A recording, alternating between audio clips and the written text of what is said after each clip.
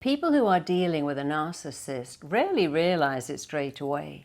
What happens is they always feel they're wrong. They feel degraded over time, and I want you to know there are early signs that point out what a narcissist is, so that if you are living with a narcissistic partner or boss or friend or family member, you will understand very quickly this is not your fault, and you don't waste time trying to change them.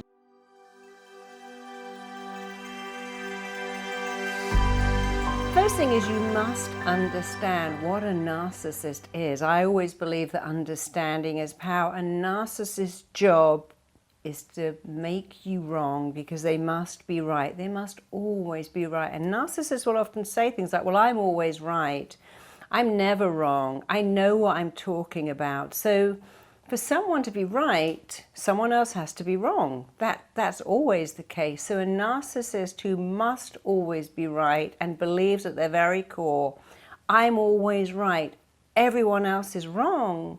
If you are living with a narcissist, working for a narcissist, and probably the worst of all, having a parent who's a narcissist when you're a small child, that is the toughest thing, because you may be able to leave a difficult boss, to even leave a difficult partner. When you're a small child, you are stuck with a narcissistic parent who will say, you're wrong, I'm right, I know what I'm talking about, you don't know what I'm talking about, I'm always right. And that's incredibly hard to be with someone who is always right, because here's the truth, no one is always right. I spoke to one of my clients once, and one of the first things she said was, I'm always right, I'm never wrong, I know everything about everything. And I said, well, no one knows everything. What should I do? I'm always right, everyone in my life is wrong. Now, narcissists very rarely turn up for therapy. Why would they? They know everything. And in our trainings, we say to all our therapists, be aware that the narcissist will make you wrong. It's what runs them making you wrong. And when you can understand that and start to look at scenarios, my mom used to say that she knew better than my teacher, she knew better than everyone. You know, not long ago, this poor guy, he deserved a medal for putting up with his wife, who was difficult beyond belief, but they had 4 children, each one so damaged. The mother would say things like, I can't believe I've had such ugly daughters when I'm so beautiful. I can't understand why my son is so stupid because I'm a genius. And she didn't say that occasionally, she said it all the time. I don't understand why you can't get this. I'm so bright.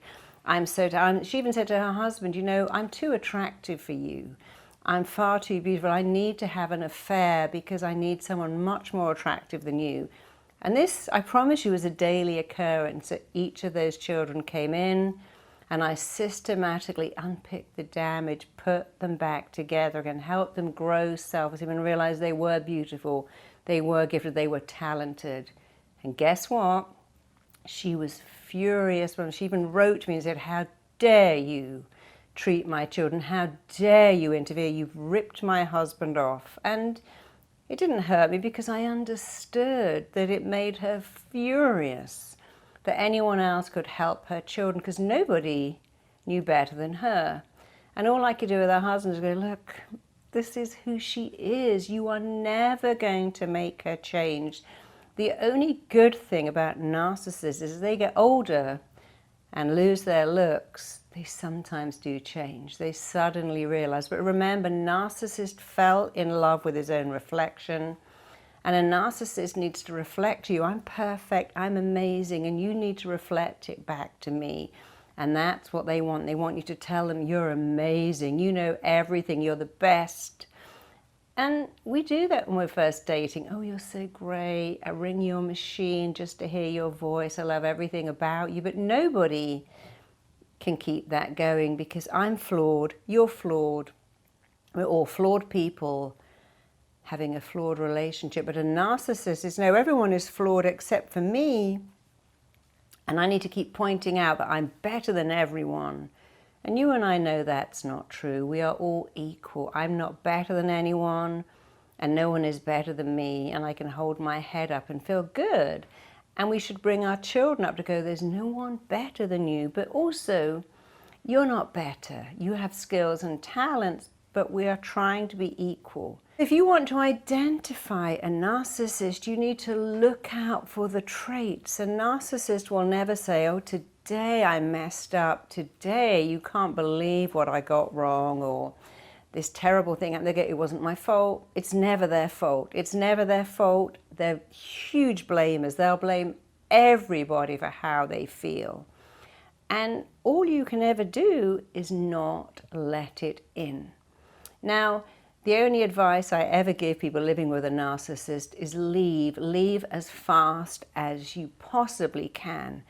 If you're married to a narcissist, leave. You might go, I can't leave. I've got a mortgage. I've got 3 small children. I understand that. You have to somehow try to leave emotionally. I'll come back to that in a minute.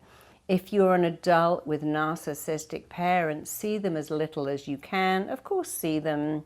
But when you go to see them, focus on the outcome. Why am I visiting my mother today? I'm visiting her because I feel a duty, and understand that she's going to make you wrong. When you say to a narcissist, hey, Mum, I got promoted, they go, I can't imagine why. Why would they give you that job? You're not up to that. When you say, I found a great person, they go, oh, he's probably going to leave you. Nobody will stay with you. And you have to be able to not swallow it, but just let it go over your head. I worked with a client many years ago, a lovely man whose mother was a narcissist with a capital N. And I said, look, this is not about you. It's about your mother. She believes she's perfect and amazing. And she believes that you should be perfect and amazing, because a narcissist needs their children to be perfect. Go, hey, look at me. I'm great. And look at these brilliant, genius, gorgeous children. And if you are not perfect, it's like, oh, I need to make you shape up. So she's always going to diminish you, because it makes her feel better. And so I explained to him how to deal with that. Don't let it in. Don't take it personally. And he said, you know, I'm so glad I had that conversation with you, because a couple of weeks later I went to see my mother. When I was leaving, she looked at me and she said, I hope you get cancer and die, which is pretty hardcore, even for a narcissist. He went, oh, Mum, I'm not even going to let that in. I know you don't believe it. And in fact, I had a narcissist client writing to me, and I decided to just put the letter straight in the bin. I didn't even open them. I knew what they'd say. You were wrong. You did this wrong. You did that wrong. I just decided to not open those letters. And later they called me and said, you know, I sent you some horrible letters. I said, don't worry. I didn't open them. I knew what you would say, and I decided it was best for both of us that I didn't read them. And it's always better when you get nasty emails, nasty messages. Don't let them in. Just say, oh, this person is in pain. Because after all, who wakes up and says, how can I diminish someone today? If you are having a good life, would you wake up and go, my life is so great. Who can I diminish? Who can I hurt? Who can I knock off their perch? Who can I put down? Happy people don't want to do that. In fact, happy people are interested in creating happiness, and unhappy people sometimes want to make you feel bad. Praise grows your self-esteem, and criticism can wither it. So if the person in your life is a massive critic, criticizes you all the time, you must remember the truth. They can say whatever they want, but you get to choose whether to let that in or not. So I also believe a problem can only hurt you if it's what I call triple P, PPP. And what does PPP mean? Well, is this problem permanent? Is it all pervasive, meaning does it go on all the time? And is it personal? Let's imagine you've got a really narcissistic boss. Well, that isn't permanent. It may feel it, but one day you will leave. You won't be in that job forever, so it's not permanent. It's not even all pervasive. When you're having dinner, having sex with your partner, engrossed in a movie, having a long bubble bath, that narcissistic boss is not there diminishing you. And guess what? It's not even personal, because they do it to everybody. There's really few people narcissists don't go for. So when you have a narcissistic boss, you must remember this is not permanent. One day I will leave. It doesn't go on 24 hours a day. It's not going on at the weekend. And it's not even personal. They do it with everyone. Now, if you have a narcissistic partner, it's somewhat different. What's different is that maybe you can't leave, and it does feel permanent, and it does feel all pervasive, and it certainly feels personal, but you also need to make a decision. This is not going to last forever. When my children are older, when we sorted out the finances, I'm going to leave this relationship. You know, we can cope with anything when it has an ending, even pain. I've had surgery without anesthetic and used hypnosis. One of the things I do is say, tell me how long. I go, this is going to go on for 10 minutes. Oh, okay. I can do 10 minutes. I've had a lot of dental work done with no anesthesia, and I can do it only if I notice. If they said this is going to go on for hours, I'm like, no. I need some painkillers now.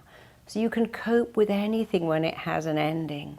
The problem is when we say things like, this is never going to end, this is awful, I'm sinking, drowning, dying in this hideous relationship. So if you are stuck with a partner and finances and childcare mean it's hard to leave, you need to still decide to look at when you will leave. Of course, even when you leave a narcissistic partner and there are children involved, they will always be there. And they will still be narcissistic, but you just have to not let it in. Usually they move on and find another partner very quickly, and they tend to leave you alone. But focus on the fact that it will end, it will pass, it won't be like that forever. And don't say things like, this is never going to end, this person is driving me crazy, they're the bane of my life. I work with many people who talk to me about their narcissistic partner affecting the children, ruining their life. And I have to say, look, I know this is horrible. I'm not going to lessen where you are, but you must not give them the power. If you have a narcissistic partner with no children, get out, leave. There really is no point in staying with a narcissist. They won't get better, they won't change, they will demand and expect you to change, and when you do, they will never, ever be satisfied. Really, do yourself a favor, move on. There are so many other people in the world for you, and if you have narcissistic parents, visit them, speak to them, take a phone call. And I used to speak to someone who was like that, and I'd take the phone, I knew when they were going to call, and I'd have a magazine, and I'd go, yeah, oh, I hate that view. Oh, that's just awful. I didn't even have a conversation. I just read, look at something on the screen, and just make all the right sounds. Oh, that's so awful. Oh, that's so sad. Oh, poor you, always being let down. I hate that for you, because narcissists don't want advice. After all, they know everything about everything. My dad used to say there are two types of people in the world, those who know everything about nothing, and those who know nothing about everything. And actually narcissists, whereas they know everything about nothing, nothing about everything. So you must decide that you can't change them, but you can change you. They are always going to do what they've done, and you have to do something differently. When you decide, and it is a decision. Decision is a Latin word that means to cut off from. When you decide to not let in destructive criticism, it will change your life. I get some horrible comments on YouTube sometimes, some mean comments on Instagram. Look at them, go right over my head, because I have a choice. Shall I let that in? Oh, you hate me, you're saying really mean things. But I say, well, that's an unhappy person. Clearly, someone who gets pleasure from going on YouTube and writing horrible comments is unhappy. That's their choice. My choice is not to let it in. And remember, nobody can reject you unless you decide to agree with everything they say. It can hurt a little bit, but you must learn with a narcissist, do not let it in. That sentence, I am not letting this in. This is not about me. This is about you. A miserable person wants everyone to be miserable, then they feel better. That's their choice. Your choice is, I won't let this in. So when you're with a narcissist and they're diminishing you, criticizing you, berating you, just decide, I'm not letting this in. This is going over my head. Even when you're in the room with them, that decision will change your life. I promise you. Leave if you can, And if you can't leave emotionally, do not let their words in. And remember, if you can't leave yet, plan the time when you can and deal with it the very best way you can. But stop trying to change them and stop trying to change yourself to please them, because narcissists are never pleased very long, and they have a hoop and they go, jump through that, let me raise it high, jump through it more, jump through it more. Don't even bother. There's no winning there. You must win by removing yourself emotionally and physically too, when and if you can. Check out my next video here.